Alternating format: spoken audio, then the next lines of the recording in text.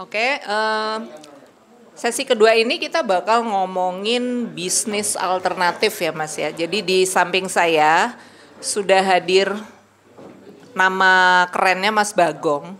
Lebih dikenalnya Mas Bagong, tapi nama panjangnya Mas Agus Setyo Nugroho. Jadi kalau di jalan nanti ketemu tolong dihafalkan ya, karena beliau ini ilmunya di bidang berbagai macam bisnis itu sangat di luar nalar kadang-kadang. Saya dapat informasinya seperti itu. Jadi saya mau kenalkan dulu nih, Mas Bagong ini lulusan sastra Indonesia Undip. Jadi ya yang satu alma mater, satu jurusan ya. Tolong disimak lebih ya, karena mayoritas nih peserta Pakakota sekarang yang angkatan sekarang nih dari sastra Indonesia Undip juga. Oke. Jadi siapa tahu nanti nggak jadi sastrawan tapi jadi pebisnis, sudah ada contohnya. Beliau ini menjalankan aneka bisnis kreatif. Antara lain, ini aku baca beneran ya Mas, kalau ada yang salah nanti dikoreksi sendiri, karena ini dari panitia. Mulai tergabung dalam Bank Plecit gitu loh. Dan jadi geli. Sehingga membentuk Bank Plecit Mandiri. Ini entah benar apa fitnah, nanti silakan diterangkan sendiri. Gagal, lalu beralih ke gadaian motor. Oke, selain itu Mas Bagong juga membuat online shop non-mainstream, luar biasa ya. Dan berbagai jenis usaha lain. Daya survivalitas ini yang menginspirasi sohib-sohibnya untuk terus saling menyemangati. Seperti teman-teman yang di belakang itu adalah sohib-sohibnya yang tersemangati ya. Ya itu banyak sekali ya. Itu para pelaku bisnis kreatif di bidangnya masing-masing itu adalah sahabat-sahabatnya Mas Bagong. Ya silahkan Mas kalau mau kenalan atau mau langsung berbagi apa dengan teman-teman peserta. Ya. Selamat malam teman-teman. Perkenalkan nama saya Agustio Nugroho, tapi biasa dipanggil Bagong. Itu panggilan dari waktu zaman kuliah dulu. Istilahnya kalau bahasa Jawanya parapannya gitu ya, panggilan.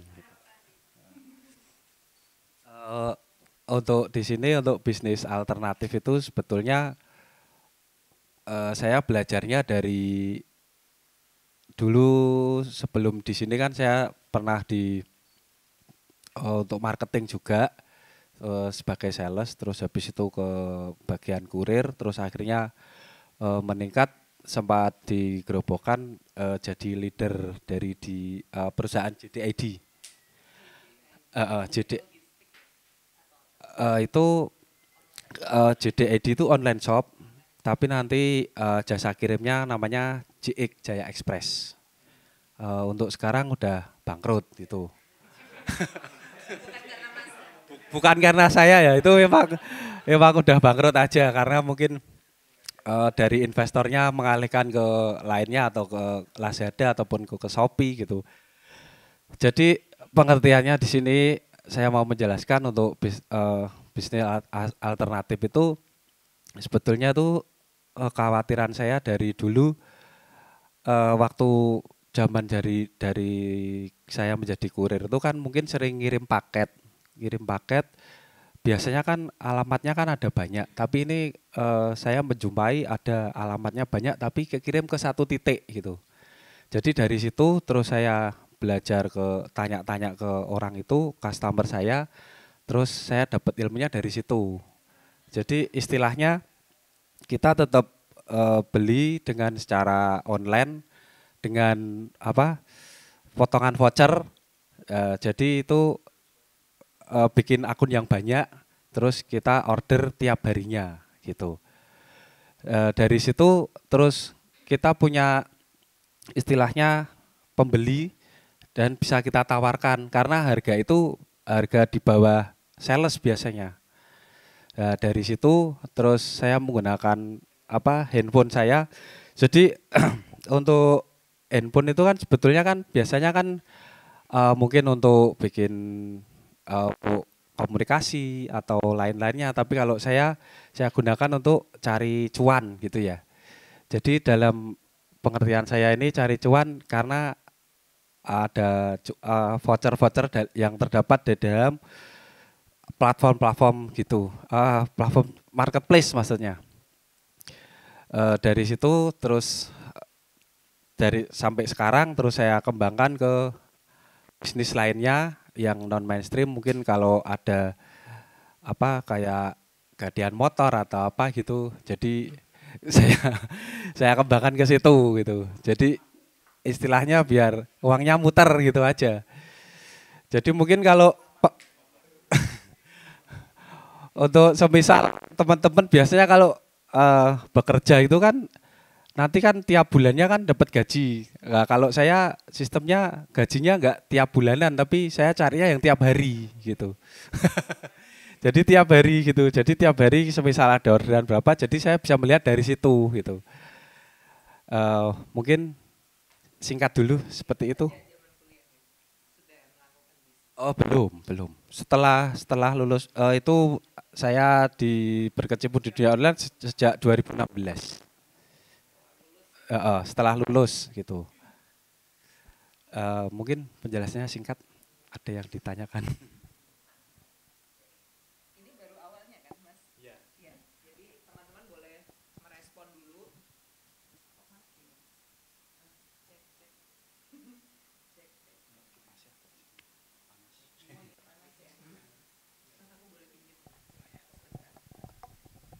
Oke, teman-teman. Aduh, ini kayaknya mati semua. Cek. Mati ya? Cek. Yang ini nyala? Oh, mute. Maaf. Ya, teman-teman, tadi udah diceritakan sepintas sih bahwa Mas Bagong ini memulai banyak usaha ya. Kalau gagal satu, nggak putus asa, kemudian ke yang lainnya.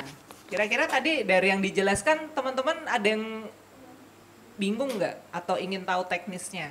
Kalau saya sih tadi penasaran soal voucher marketplace itu ya. Maksudnya diterangkan tapi kan karena nggak langsung simulasi jadinya seperti apa gitu ya. Penasaran. Tapi ngomong-ngomong yang bisnis apa ya, yang memutar voucher itu berhasil atau termasuk yang gagal tadi, Mas? Kalau yang voucher itu masih sampai sekarang, Mbak. Sampai sekarang. Masih sampai sekarang. Jadi saya punya beberapa teman yang istilahnya sniper ataupun joki itu. Jadi untuk membuka lapangan pekerjaan itu kan juga bisa. Jadi semisal aku nargetin, aku punya 4 orang kan itu kan. Jadi tiap orang nanti aku target berapa untuk belanja item-item tertentu. Nanti untuk item itu kan bisa disetorkan ke saya, nanti bisa saya jual lagi gitu. Jadi mengambil selisihnya itu. Ini saya coba tanya lebih dalam soalnya takut salah dan siapa tahu saya juga bisa praktek ya. Jadi istilahnya Mas Bagong buka toko sendiri, kemudian ada teman-teman yang ditugaskan untuk membeli produknya yang Mas Bagong jual sendiri, kemudian dikirimkan gitu. Ke toko lain. Jadi tokonya Mas Bagong. Jadi dari sini saya kan punya ceritanya? Toko. Itu untuk barang-barangnya istilahnya kalau kulaannya itu saya ambil dari toko lain tapi belanjanya dengan menggunakan voucher gitu. Jadi dapat diskon. Kemudian Mas Bagong jual lagi dengan harga normal gitu ya. Jadi dapat untungnya dari situ. Ada selisihnya dari situ. Oh, oke. Itu masih jalan Mas sampai sekarang. Sampai sekarang. Nah, itu kira-kira potensi cuannya tuh sampai berapa besar Mas sehingga menekuni di situ terus gitu. Sehingga teman-teman siapa tahu ini terinspirasi. Kemudian ada kursus untuk mengelola bisnis voucher tadi Mas. Jadi gini, untuk voucher-voucher itu kan kadang kan keluarnya itu tidak tiap hari, tapi ada hari-hari tertentu kayak sampai ada istilahnya Harbolnas itu kan hari belanja online nasional itu tanggal 12 bulan 12. Nah, tiap harinya, tiap bulannya kan pasti ada tanggal cantik, tanggal 1 bulan 1, tanggal 2 bulan 2. Jadi ketika mendekati itu biasanya untuk platform marketplace itu selalu memberikan voucher-voucher seperti itu. Triknya seperti itu ya? Iya. Jadi kayak 24 jam tuh memantau kapan ada kalau vouchernya biasanya hari-hari tiap jam 12. Tuh teman-teman. Tiap jam 12. Jam 12. Malam. Pergantian itu akan keluar voucher-voucher sehingga itu ada pasukan yang membeli ya, membeli kemudian mengumpulkan barangnya sehingga bisa dijual ulang dengan harga normal. Luar biasa banget nih. Jangan-jangan yang di belakang ini termasuk ya, yang pasukan pembelinya. Oke, teman-teman ada yang mau nanya nggak? Masa saya terus yang nanya? Nanti saya yang bisa bisnisnya sendiri loh. Mas Radit. Ada mic nggak di belakang? Oke, silakan Mas. Ya aku mau sedikit tanya sih kan dulu kan berawal dari jadi kurir ya Mas. Nah ini aku juga mau merespon nih Mas, jangan-jangan aku juga tanda-tanda pebisnis nih. Soalnya aku sebelumnya pas 1 tahun di sini aku sempat jadi Maxim Mas. Maxim sama nganter barang, nganter penumpang, terus hasil aku dari nge-Maxim itu terus aku kumpulin uangnya beli kayak perkakas musik. Terus aku perputar uangku di situ. Jadi aku beli terus tak jual lagi, tak custom sedikit terus tak jual lagi. Nah, terus habis dari itu beralih mulai ke bisnis sandal. Mulai bisnis sandal tenun gitu kan. Cuman ini untuk dropshippernya sih Mas yang bingung mungkin dari sistem itu. Maksudnya ngedrop barangnya itu, misal kalau kita jualan itu pasarnya itu kemana itu sing masih bingung, seperti itu. Kalau dari saya itu untuk cari pasarnya itu kan ketika dulu waktu dari kurir itu kan pasti ada suatu istilahnya pemain ya. Jadi pemain itu kan banyak membeli barang dengan beberapa alamat. Nah dari situ saya melihat barangnya itu apa aja. Jadi saya ikut-ikutan itu aja. Jadi semisal kayak minyak kayu putih caplang itu ya. Nah itu kalau saya punya pembeli kan saya bisa store ke situ gitu. Jadi cara cari konsumennya dari itu. Kalau enggak dari itu biasanya lewat marketplace Facebook. Dari Facebook itu juga sebetulnya efektif. Mungkin anak-anak sekarang males ya pakai Facebook ya. Tapi sebetulnya itu banyak itu. Banyak. Soalnya kan kalau Facebook itu kan gak cuma untuk kalangan tertentu. Tapi kan semuanya ya. Jadi dari situ aku bisa cari orang yang mau beli ataupun aku mau kulaan ke situ bisa gitu. Mungkin itu ada untuk lagi. Marketplace-nya itu misal ada analisis pasarnya enggak? Misal ini aku posting di Facebook, paling enggak nanti sasarannya itu paling enggak ekonomi seperti apa misalkan. Terus misalkan kalau Shopee biasanya milenial seperti itu perlu dilakukan enggak Mas? Misal untuk mengetahui marketplace-nya itu. Gini, kalau menurut saya pribadi kalau beli Tokopedia itu memang agak eksklusif soalnya untuk pembelian sistem COD itu kan agak jarang toko yang bisa COD. Tapi kalau Shopee antara COD dan non COD itu ada selisih harga. Nah, kalau saya fokus jualan di TikTok. Jadi di TikTok itu sebelum kemarin ditutup itu memang vouchernya agak lumayan. Kalau sekarang setelah ditutup karena dibeli sama Topet itu jadi vouchernya nggak kayak dulu gitu. Tapi untuk cari barang-barang beras itu sebetulnya mudah lewat itu akun baru. Jadi karyawan saya yang 4 orang itu saya bikinkan akun baru terus gitu tiap hari. Jadi tugasnya mereka cuma bikin akun baru, nanti setelah seminggu baru bisa dipakai gitu untuk belanja. Dan untuk belanjanya itu kan ada minimal selisihnya. Semisal yang sekarang terjadi itu pembelian 80.000, potongannya 35.000 kan gitu. Kan ada selisihnya gitu. Itu TikTok? Ya di platform TikTok gitu. Sebetulnya lainnya juga ada, tapi kan untuk teknis-teknis itu yang lebih mudah. Kenapa TikTok? Karena kalau Tokopedia itu kan kepunyaan Indonesia ataupun jadi agak sulit. Untuk akun-akun jadi banyak dalam satu HP itu agak sulit kalau di Tokopedia. Lebih gampang di platform TikTok atau Lazada gitu. Oke. Dicatat ini ya. TikTok atau Lazada. Udah terjawab belum Mas Radit? Oke. Yang lain ada yang mau merespon? Mungkin ada yang punya bisnis online, mau minta tips dari Mas Bagong, teman-teman? Oh kayaknya belum ada yang berbisnis ya? Mbak Alia, boleh pinjam mikrofon?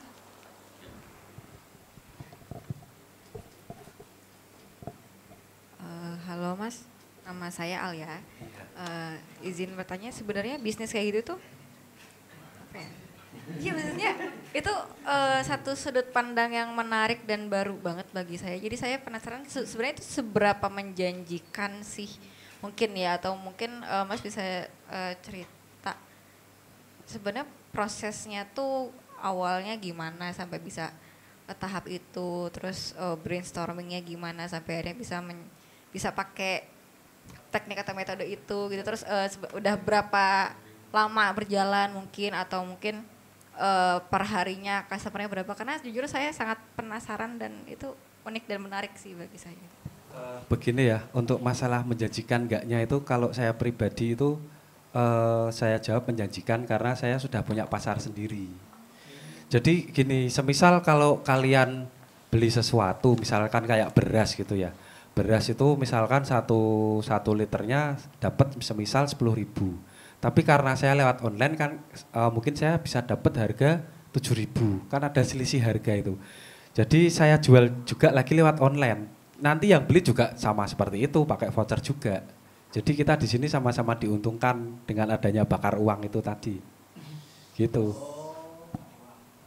Iya, jadi untuk platform marketplace itu kalau nggak ada bakar uangnya saya yakin nggak laku. Karena untuk semisal kita jual online, semisal kayak rokok yang satu bungkusnya 20.000. Tapi di online juga sama 20.000 itu kan pasti nggak laku karena ada ongkos kirim. Jadi karena pakai akun baru itu tadi, jadi nanti ada gratis ongkir juga, ada potongannya juga gitu. Jadi selisihnya banyak banget gitu. Saya contohkan untuk Lazada itu aja, temanku ada yang main Lazada itu tiap akunnya untuk semisal beli barang itu kan ada promo yang 2.000-an, 3.000-an itu banyak banget. Harga 2.000, padahal itu di pasar harganya pasti di atas 20.000, 30.000. Jadi kan selisihnya banyak dari situ. Bisa saya kalkulasikan semisal saya bisa jual per hari 50, selisihnya itu kan udah kelihatan gitu aja. Ya. Izin bertanya lagi boleh? Untuk trial and error-nya sampai menemukan atau mencapai target pasar yang tepat tuh berapa lama, Mas? Untuk trial Belajarnya tuh loh, Mas. Karena saya sampai yakin menguasai. mungkin Dari awalnya. Itu saya dari 2019. Dari 2019 sampai sekarang. wow. Dari saya dulunya nggak punya toko, saya masih ikut orang, masih ikut istilahnya joki atau sniper itu. Akhirnya terus alhamdulillah punya modal, akhirnya saya buka toko sendiri gitu. Online ya, tetap online. Jadi istilahnya itu kita MLM ya, membeli lalu menjual.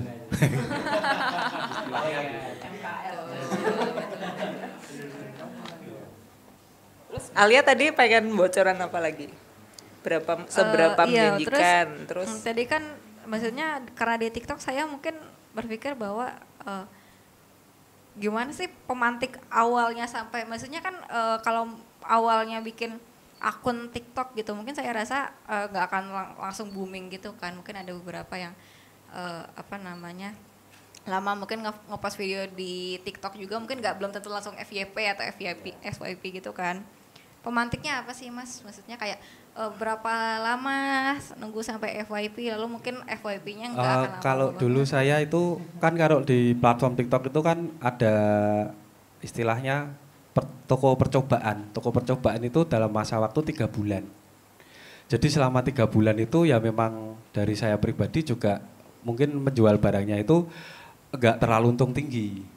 Karena kalau semisal barang itu saya jual terus habis itu harganya beda sama yang lain, istilahnya kayak murah gitu kan, lama-lama kalau banyak yang dicari orang kan pencariannya kan itu kan algoritmanya jadi utama gitu. Kalau dari saya gitu.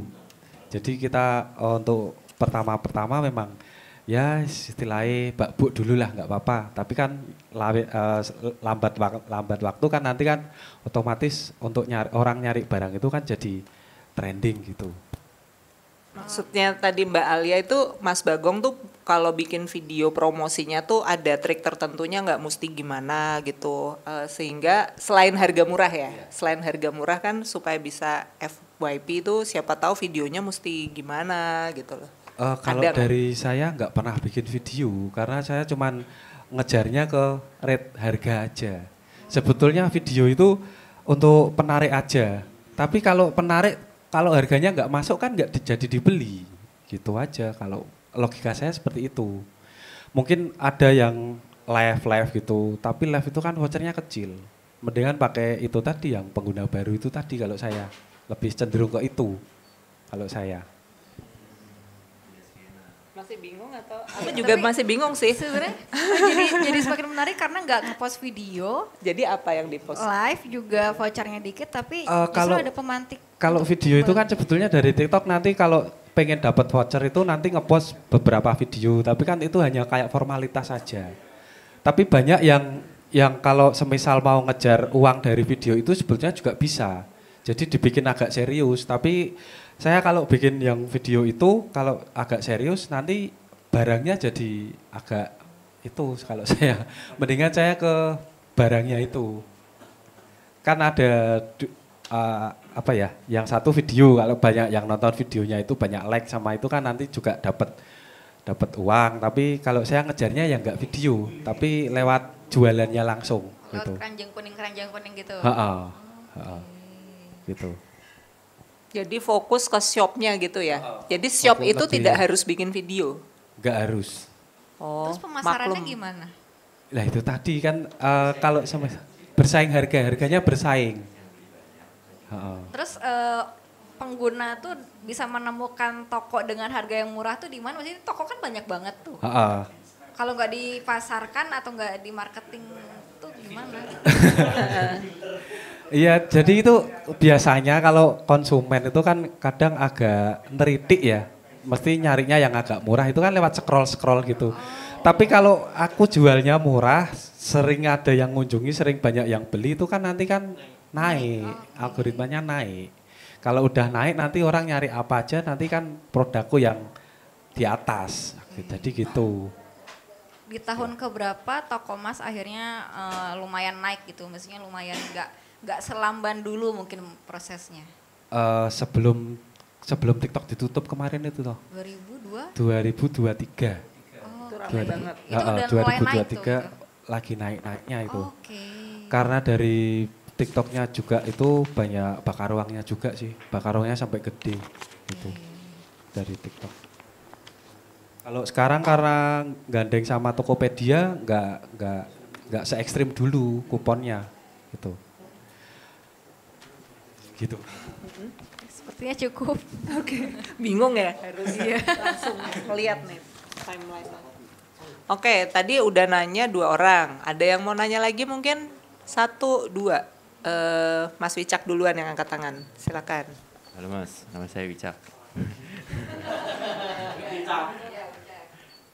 Nek saya pengen nanya tentang, misalkan kita bikin marketplace di Tokopedia itu kan, harus ada verifikasi pemberkasan dan lain-lain.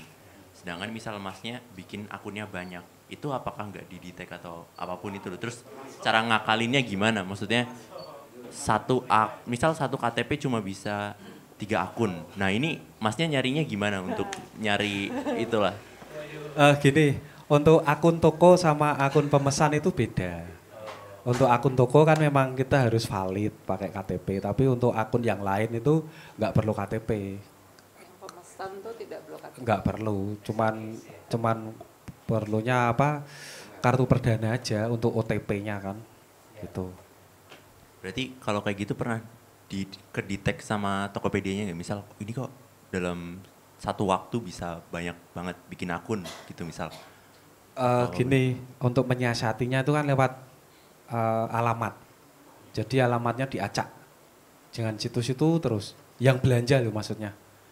Kan tokonya semisal alamatnya di Semarang. Itu yang beli kan mungkin aku bisa orang dari Demak ataupun Ungaran atau Kendal. Jadi itu kayak jaringan gitu kan. Jadi nggak cuman daerah-daerah tertentu itu terus. Jadi daerahnya komplek lah banyak gitu. Sindikat pembeli. Nah, Nek, saya penasaran nih, kira-kira kalau Mas Bagong barang-barang ini apa aja gitu loh untuk. Kalau aku di itu minyak telon sama caplang sama tolak angin gitu. Itu minatnya banyak Mas. Barang yang mudah laku lah. Ya ini mau merambah ke sembako juga sih, baru jalan ini tapi. Oke. Udah sih kalau dari saya itu. Mas Ajis, jadi 3 besarnya produk itu ya, minyak kayu putih, minyak telon, sama tolak angin. Wow. Silakan Mas Ajis. Oke, halo Mas Bagong. Aku mau tanya Mas. Mas kan ngejar murah kayak gitu. Nah, range keuntungan satu produk ataupun satu bal ataupun berapa range keuntungan yang Mas harus patok dapatkan dalam penjualan satu barang itu Mas? Kalau saya satu barangnya kalau sekarang minimal saya ambil 5.000. Iya, satu barang. Jadi kan yang beli kan ada yang 2 barang, 3 barang gitu. Karena potongannya kan sekarang juga naik. Setelah dibeli Tokopedia itu TikTok potongannya sekarang naik. Kalau dulu cuman 1%, tapi kalau sekarang 10,5%. Tinggi sekarang. Potongan dari laku itu kan ada potongannya.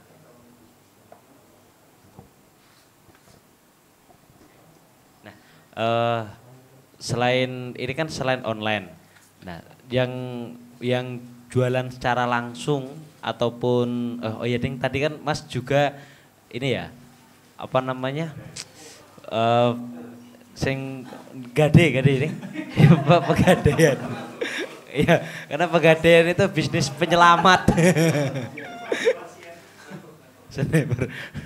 Untuk itu sebetulnya kalau ada uang nganggur aja sih kalau saya. Kalau semisal ada kok kadang ini kok nggak muter ya saya puterin lewat itu aja sebetulnya.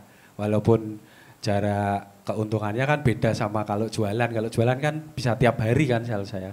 Kalau itu kan paling sebulan sekali tapi itu nggak banyak banget sih. Oh, oke. Nah, aku mau tanya sih Mas sama ini bagaimana Mas meningkatkan nilai suatu barang itu? Mau kan kita akan ke kampung dan melihat banyak barang yang enggak ini kayaknya bisa dijual deh atau ini permak dikit bisa dijual deh. Kalau enggak ini ya mungkin tokonya Mas bisa menampung barang-barang kampung yang bisa itu nah atau bagaimana menaikkan nilai barang tersebut? Kalau menaikkan nilai barang biasanya saya lewat iklan. Jadi di TikTok itu juga ada iklan. Iklan itu bisa per hari atau per minggu gitu. Jadi kalau lewat iklan itu kan nanti kalau semisal teman-teman buka aplikasi itu kok pasti keluar iklannya itu. Jadi lewat iklan itu kalau saya biasanya. Ajis mau jualan apa dari kampung? Tambak Rejo jualan pancing. Kalau jualan komoditi kayak ikan gitu ada Mas di marketplace?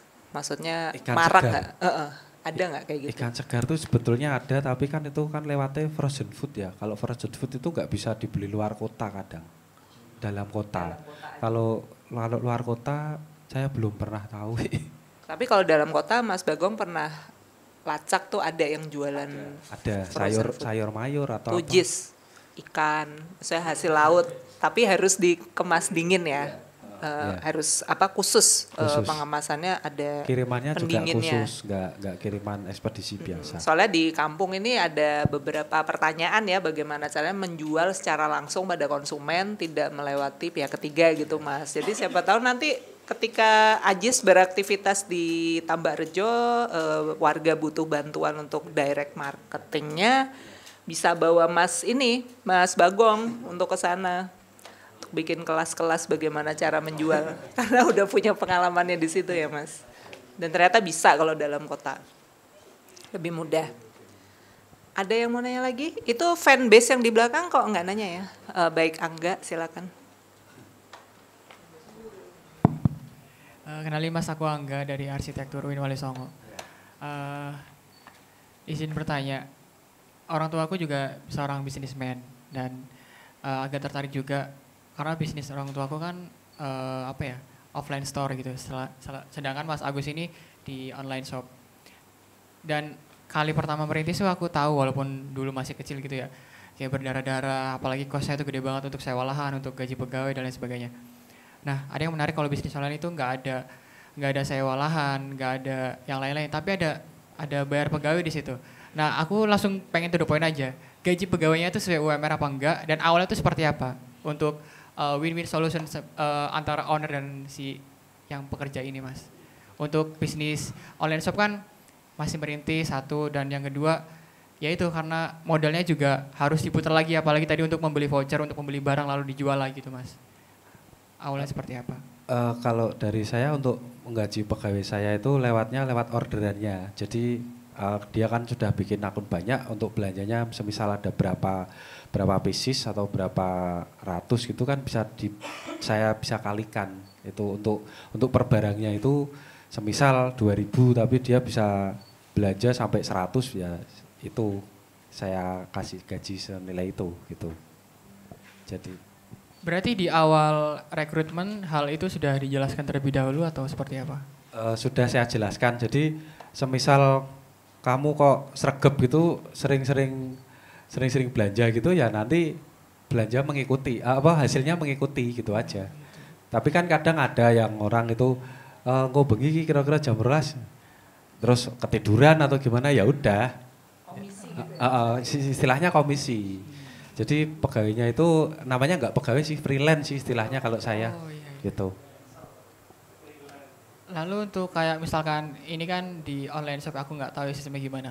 Kan ada hari besar tuh, misalkan Idul Fitri atau yang lain-lain. Nauzubillah pegawainya orang tuanya meninggal. Apakah ada tunjangan yang diberikan oleh Mas atau seperti apa mekanisme pembayarannya, Mas? Barangkali mungkin udah bekerja lebih dari 6 bulan, itu kan secara peraturan memang ada komisi untuk kecelakaan, orang meninggal dan lain-lain. Hal itu berlaku di online shop atau hanya berlaku di para kami yang di offline store gitu, Mas? Kalau dari saya pribadi karena freelance ya, kalau freelance itu saya nggak ada tuh. Paling cuman ya kalau semisal ada yang sakit atau ada yang meninggal ya santunan aja gitu aja. Karena kan nggak mengikat sih ya kalau freelance gitu. Mitra gitu loh. Iya. Oke, baik Mas, terima kasih. Gocek banget ya. Mitra. Oke, ada yang lain? Yang di belakang belum nanya tuh.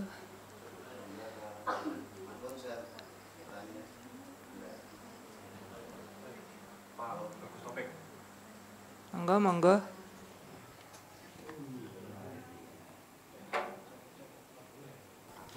Cek. Selamat malam semuanya. Saya Bagus dari Tembalang.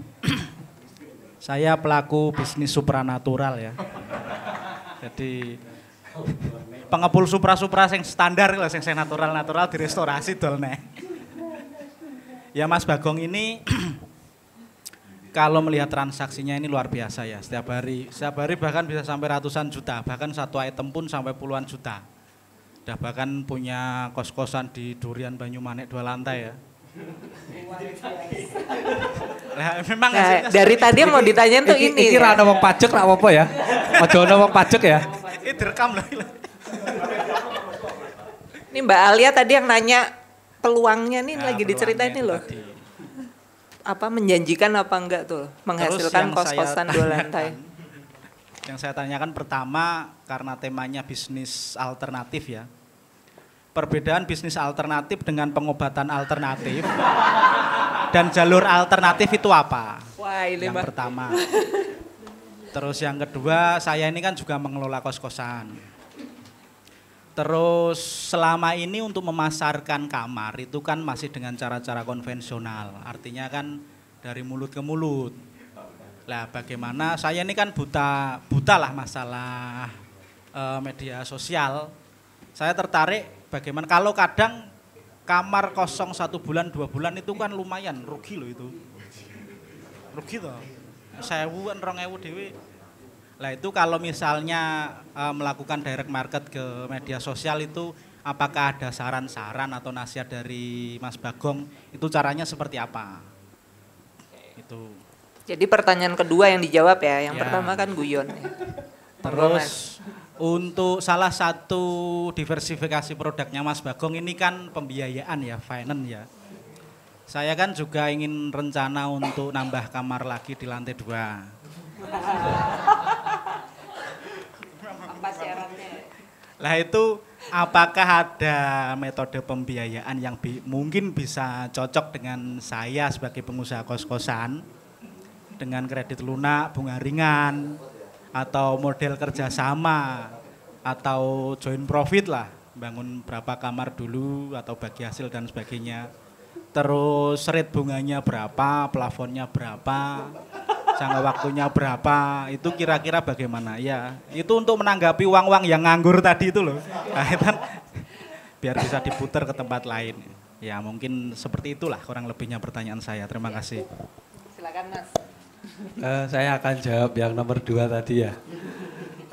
Kalau kos-kosannya biar laku itu berdoa Gus, sama diiklankan Gus ya. Biasanya sama itu, getok tular ya. Jadi dari teman ke teman ke teman gitu. Soalnya dulu kan waktu saya sudah lulus dari Undip itu kan beberapa adik kelas saya yang di Undip angkatan 2008 juga saya tawarkan rumah saya. Terus habis itu ada anak Polines gitu-gitu. Jadi untuk kos-kosan itu kan untuk kos-kosan itu sebetulnya kan juga daripada rumahnya nganggur saya koskan aja gitu loh. Tapi untuk cari konsumennya ya itu dari adik kelas dulu, anak-anak MK dulu biasanya. Tapi untuk pembiayaan tadi yang nomor 3 BPR we Gus. Lah aku membangun kos-kosan yo piro. Mending tak tuku lemah. Baik, jadi untuk yang kos-kosannya nggak terlalu fokus ke situ ya Mas. Kalau laku syukur nggak terlalu diiklankan banget gitu ya. Oke deh. Tapi sebenarnya marketplace yang untuk kos-kosan tuh ada sendiri kan ya Mas ya, di luar marketplace yang tadi produk-produk. Oke, sebenarnya Masnya udah tahu tuh, cuman biar rame aja ya Mas nanya. Supporter. Oke. Ada yang masih mau nanya lagi? Para calon pebisnis? Soalnya kalau kita bahas art terus, art itu perlu pembiayaan ya, makanya ini harus seimbang. Cara cari duitnya untuk membiayai idealisme seni-senian dan seni budaya, ngapain-ngapain itu butuh banyak duit ya Mas ya? Biar kenyang dulu toh. Iya. Kalau lapar kan nggak bisa bikin art. Betul itu. Itu sangat benar ya. Makanya kelas Peka Kota malam hari ini menyeimbangkan. Jadi jangan ngomongin idealisme ya, ingin membangun ini di kampung, tapi ongkos ke sana juga mahal ya. Jadi butuh modal juga untuk bantu-bantu menyumbangkan tenaga, pikiran dimanapun kita berada. Ya, masih ada yang mau menanyakan secara teknis atau langsung mau kursus ke Mas Bagong, magang? Jadi snipernya Mas Bagong, masih dibuka kesempatan nggak Mas? Itu kan magang ya berarti ya, supaya tahu strateginya gimana. Untuk itu kalau ada yang mau belajar saya open aja sih nggak masalah. Nah, Gitu. jadi yang buka magang bukan cuma histeria, tapi Mas Bagong juga buka magang untuk belajar ya, justru Iya jauh dong. lebih berprospek ya, karena dari 2019 hingga sekarang udah bisa buka kos-kosan ya Mas ya. Waduh, ini jauh lebih berprospek daripada jadi pegiat seni ini rupanya ya. Nanti anak magang histeria lari ke sana semua.